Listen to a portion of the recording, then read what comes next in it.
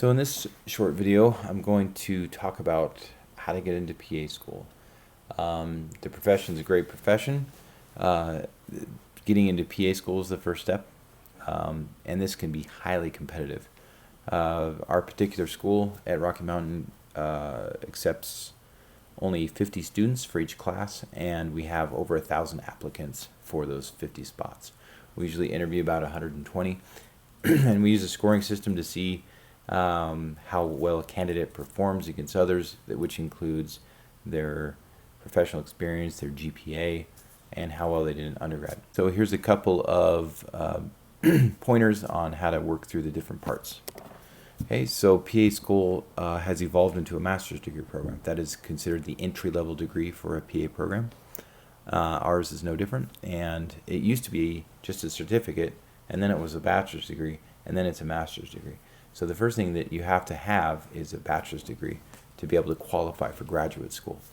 And so most of our students will work through their bachelor's degree, and they're accumulating the prerequisites while they're working on their bachelor's. A note about prerequisites: obviously we're going to have anatomy and physiology, statistics, chemistry, math, and basic sciences that a student would need.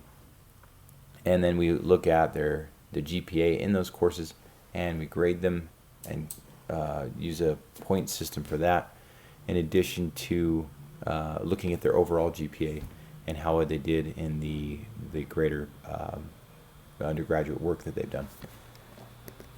The GRE stands for the Graduate Requisite Exam. Basically, it's a entry-level exam for graduate school. Medical school has the MCAT, which is the Medical College Admissions Test. There isn't a formal PA admissions test that can be done. And so we use the GRE to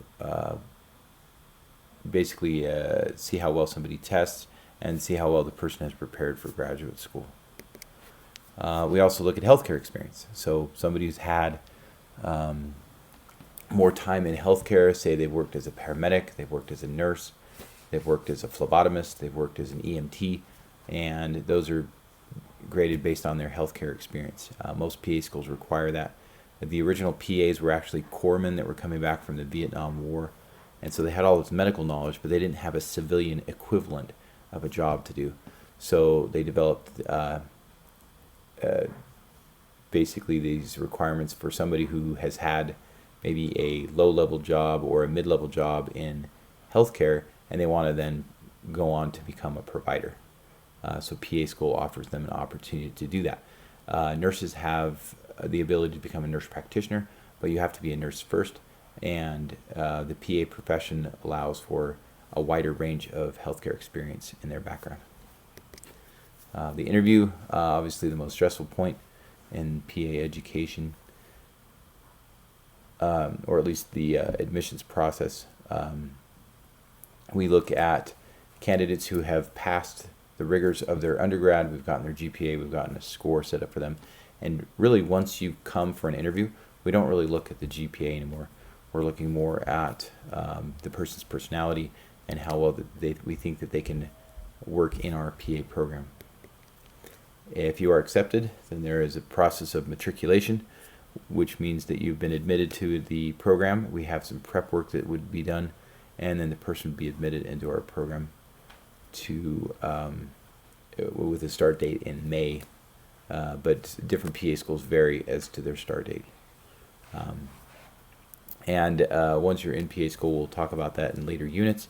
But it is quite a bit of a stressful process, and I would recommend meeting with the school, meeting with admissions counselors, and decide, number one, if the profession's right for you, and number two, what can make yourself the best candidate.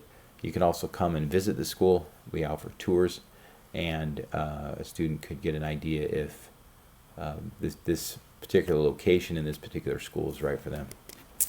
So, thank you.